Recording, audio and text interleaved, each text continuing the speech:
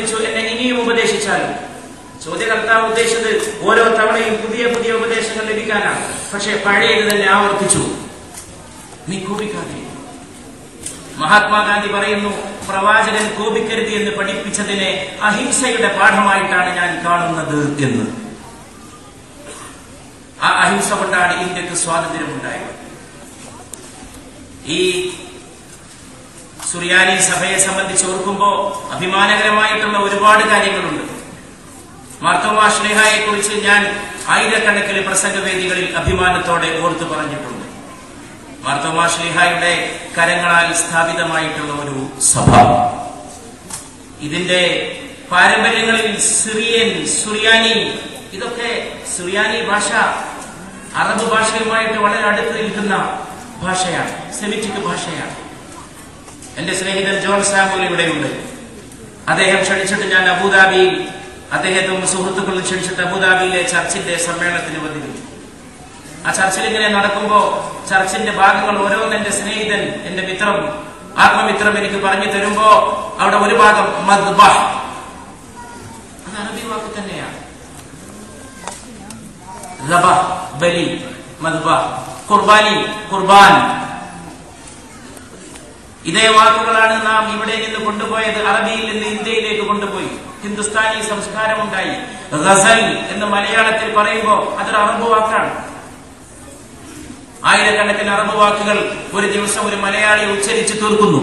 ഇന്ത്യയിൽ ഇറങ്ങുന്ന എത്രയോ ചലച്ചിത്രങ്ങളുടെ, ഹിന്ദി ചലച്ചിത്രങ്ങളുടെ പേരുകൾ ശുദ്ധ അറബിയിലാണ് പലതും. മൊഹബത്ത്, ഇഷ്ക്, ഷോലെ പോലും. ഷോലെ, ലോക പ്രശസ്തമായ ഷോലെ ഒരു അറബ് പദമാണ്. ബോംബെയിൽ ചെന്ന് സിനിമക്ക് പാട്ട് പാടാൻ ഉദ്ദേശിക്കുന്ന SP ബാലസുബ്രഹ്മണ്യം ആദ്യമായിട്ട് പോകുന്നത് ഹൈദരാബാദിലേക്കാണ്. അവിടെ വെച്ച് ഉസ്താദിനെ വെച്ചിട്ട് അറബി ഉച്ചാരണത്തിന്റെ ഹിന്ദി, ഹിന്ദുസ്ഥാനി, ഉറുദു രീതി പഠിക്കുകയാണ്. അത് പഠിച്ചെങ്കിലേ തമിഴ് തൊണ്ടയുള്ള ബാലസുബ്രഹ്മണ്യത്തിന് ബോംബെയിലെ ചലച്ചിത്രഗാന ലോകം വഴങ്ങുകയുള്ളൂ. അതാണ് ഇന്ത്യ. ഇന്ത്യ മഹാത്ഭുതമാണ്. ഇന്ത്യ അത്ഭുതമുള്ള രാജ്യമാണ്. ഞാൻ എന്റെ വാക്കുകൾ ദീർഘിപ്പിക്കുന്നില്ല. ആ ഇന്ത്യയുടെ മക്കളാണ് നാം. ഇന്ത്യ ലോകോത്തരമായിട്ടുള്ള രാജ്യമാണ്. കേരളം സുന്ദരമായിട്ടുള്ള നാടാണ്. മലയാളം അതിസുന്ദരമായിട്ടുള്ള ഭാഷയാണ്. ഇന്ന് നമുക്ക് എന്ത് സംഭവിച്ചു?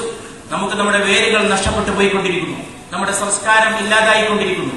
അതാണ് സമാദരണീയനായിട്ടുള്ള ബാബ തിരുമേനിയുടെ സൂചിപ്പിച്ചത് എന്നാണ് ഞാൻ മനസ്സിലാക്കുന്നത്.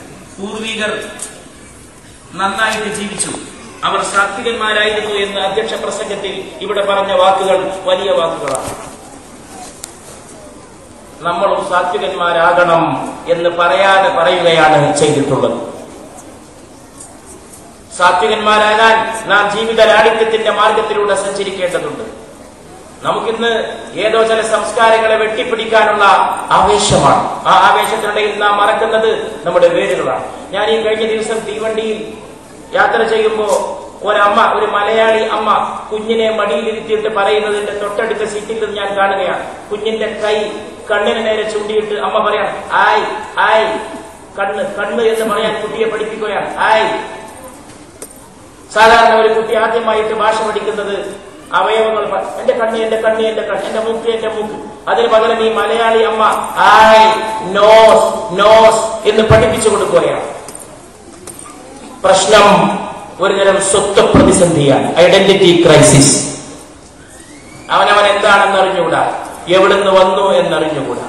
21 വയസ്സുള്ള മകനെ ചൂണ്ടിയിട്ട് ഒരു പിതാവിനോട് പറഞ്ഞു, നിങ്ങൾ അവനോട് മലയാളത്തിൽ സംസാരിച്ചാൽ അവന് മനസ്സിലാക്കാൻ കഴിയില്ല, കാരണം അവന് മലയാളം അറിയില്ല, നിങ്ങൾ ഇംഗ്ലീഷ് പറയണം. ഞാൻ മകൻ കേൾക്കാതെ അച്ഛന്റെ കാതിൽ പറഞ്ഞു, ഇപ്പൊ അവന് മലയാളം അറിയില്ല, കുറച്ചു കാലം കഴിഞ്ഞാൽ അവന് നിങ്ങളെയും അറിയാതെയാകും, അതിനുമുമ്പ് നിങ്ങൾ അവനെ മലയാളം പഠിപ്പിക്കണം. കാരണം ബന്ധങ്ങളെ നിലനിർത്തുന്നത് സംസ്കാരമാണ്. സംസ്കാരത്തിന്റെ നാവാകുന്നു ഭാഷ. അതുകൊണ്ട് ഇതുപോലുള്ളൊരു മഹാസദസ്സിൽ ആ സംസ്കാരത്തിന്റെ ആദാന പ്രധാന ഘടകങ്ങളെ കാത്തു സൂക്ഷിക്കാനുള്ള പ്രതിജ്ഞ നമുക്ക് പാലിക്കാൻ സാധിക്കും. നമ്മുടെ മലയാളി രത്നങ്ങളെ ആദരിക്കുന്ന ഈ ചടങ്ങിൽ പങ്കെടുക്കുന്നത് ഭാഗ്യമാണ്. സോമൻ ബേബി ബഹ്റൈനിൽ ഞാൻ കണ്ടിട്ടുണ്ട്.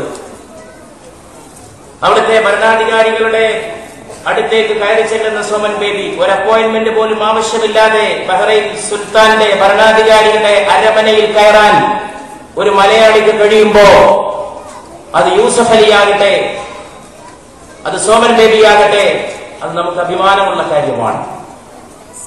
ഇത് വലിയ ഒരു ദൗത്യമാണ്. മലയാളി ഇപ്പോഴും പ്രഗത്ഭനാണ്, മലയാളി രത്നമാണ്. എത്രയോ അറബ് ഭരണാധികാരികളുടെ താക്കോൽ സൂക്ഷിപ്പുകാർ മലയാളികളാണ്. നമ്മുടെ വിശ്വസ്തതയും നമ്മുടെ സത്യസന്ധതയും എന്നും അംഗീകരിക്കപ്പെട്ടിട്ടുള്ളതാണ്. അത് കൈമോശം വരാതെ നോക്കുക എന്നുള്ളതാണ് പ്രവാസിക്ക് ചെയ്യുവാനുള്ള ഏറ്റവും വലിയ ദൗത്യം. പ്രവാസി ഒരുപാട് പ്രശ്നങ്ങളെ നേരിടുന്നുണ്ട്, അതിനൊക്കെ പരിഹാരം ഉണ്ടാകട്ടെ. എയർ ഇന്ത്യയുടെ മഹാക്രൂരകൃത്യങ്ങൾക്ക് അന്ത്യം വരുത്താൻ എന്റെ ബഹുമാന്യ സ്നേഹിതൻ KC വേണുഗോപാലിനും സാധിക്കട്ടെ എന്ന് ഞാൻ ആശംസിക്കുന്നു. അതുപോലെ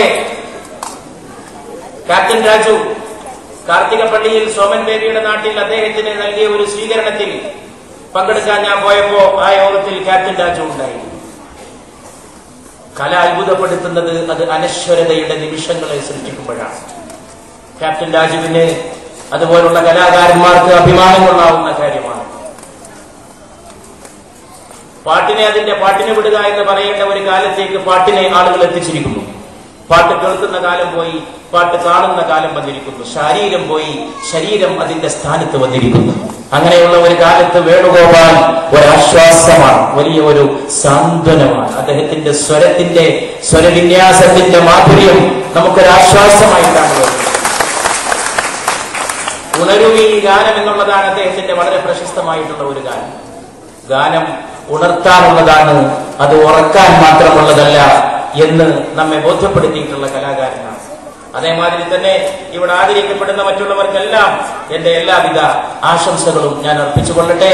നമുക്ക് ഈ രാത്രി മറക്കാതെ ഒരിക്കൽ കൂടി പരസ്പരം കണ്ടുമുട്ടുന്നതിന്, സ്നേഹനിമിഷങ്ങളെ സ്വായത്തമാക്കുന്നതിന് ഒരു പ്രേരണയായിട്ട് ഭവിക്കട്ടെ. ഞാൻ ഇന്ന് തന്നെ ബഹുമാനപ്പെട്ട ശ്രീ KC വേണുഗോപാൽ, നമ്മുടെ കേന്ദ്രമന്ത്രിയെ പോലെ ഞങ്ങളൊക്കെ യോഗം കഴിഞ്ഞ് ഇന്ന് തന്നെ നാട്ടിലേക്ക് തിരിച്ചു പോകുന്നതാണ്.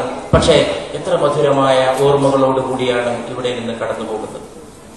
ക്രൈസ്തവരായിട്ടുള്ള സഹോദരങ്ങൾ ഭാരതത്തിന് എന്തൊക്കെ നൽകി? ഒന്നാന്തരം വിദ്യാഭ്യാസ സ്ഥാപനങ്ങൾ നൽകി, ഒന്നാന്തരം ആതുര ശുശ്രൂഷ കേന്ദ്രങ്ങൾ നൽകി, നല്ല ആശുപത്രികൾ നൽകി.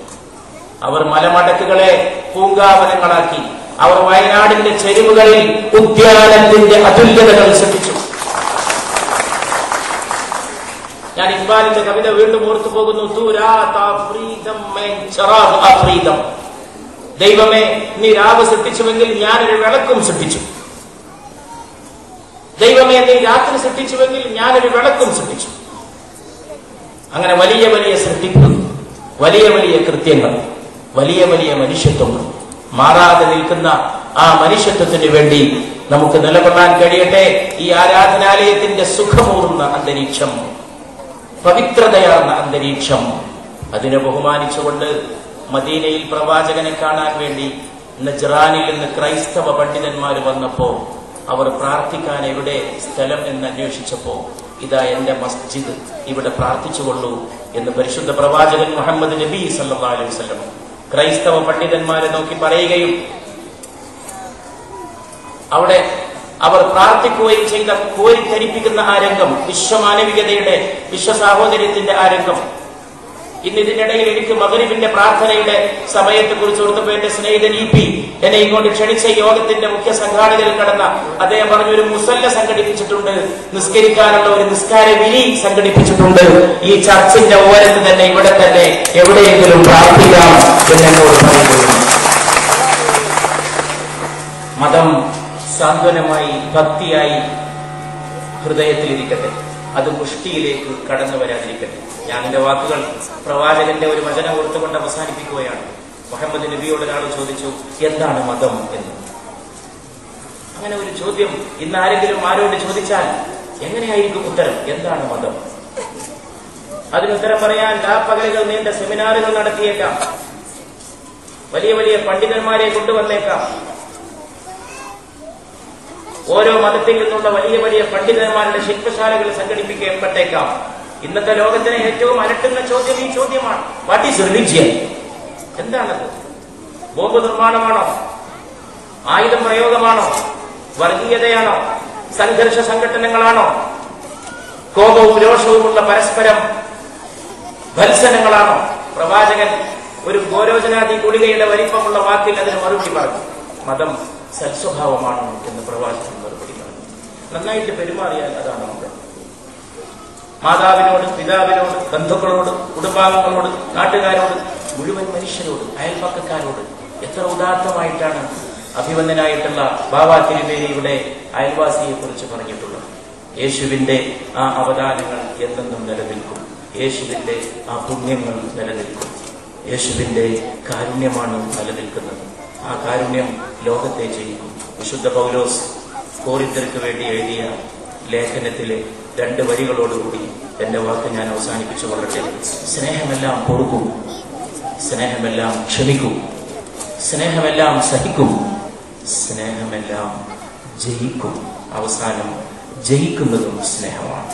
ആ സ്നേഹത്തിന്റെ പേരിൽ എല്ലാ ആശംസകളും ഇവിടെ കൂടിയ എന്റെ സഹോദരങ്ങൾക്ക് നേർന്നുകൊണ്ട് എന്നെ ക്ഷണിച്ച് ഇത്രയും ഉദാത്തമായിട്ടുള്ള ഈ സന്ദർഭത്തിൽ എന്നെ കൂടി നിങ്ങളുടെ ഹൃദയത്തോട് ചേർത്ത് നിർത്തി, എന്നെ കൂടി നിങ്ങളുടെ ഒരു കൂട്ടുകാരനാക്കി, എന്നെ കൂടി ഈ മഹാസംഭവത്തിൽ പങ്കാളിയാക്കാൻ നിങ്ങൾ കാണിച്ച ഔദാര്യത്തെ, നിങ്ങൾ കാണിച്ച സ്നേഹത്തെ വിലമതിക്കുന്നു എന്ന് പറഞ്ഞുകൊണ്ട് ഞാൻ എന്റെ വാക്ക്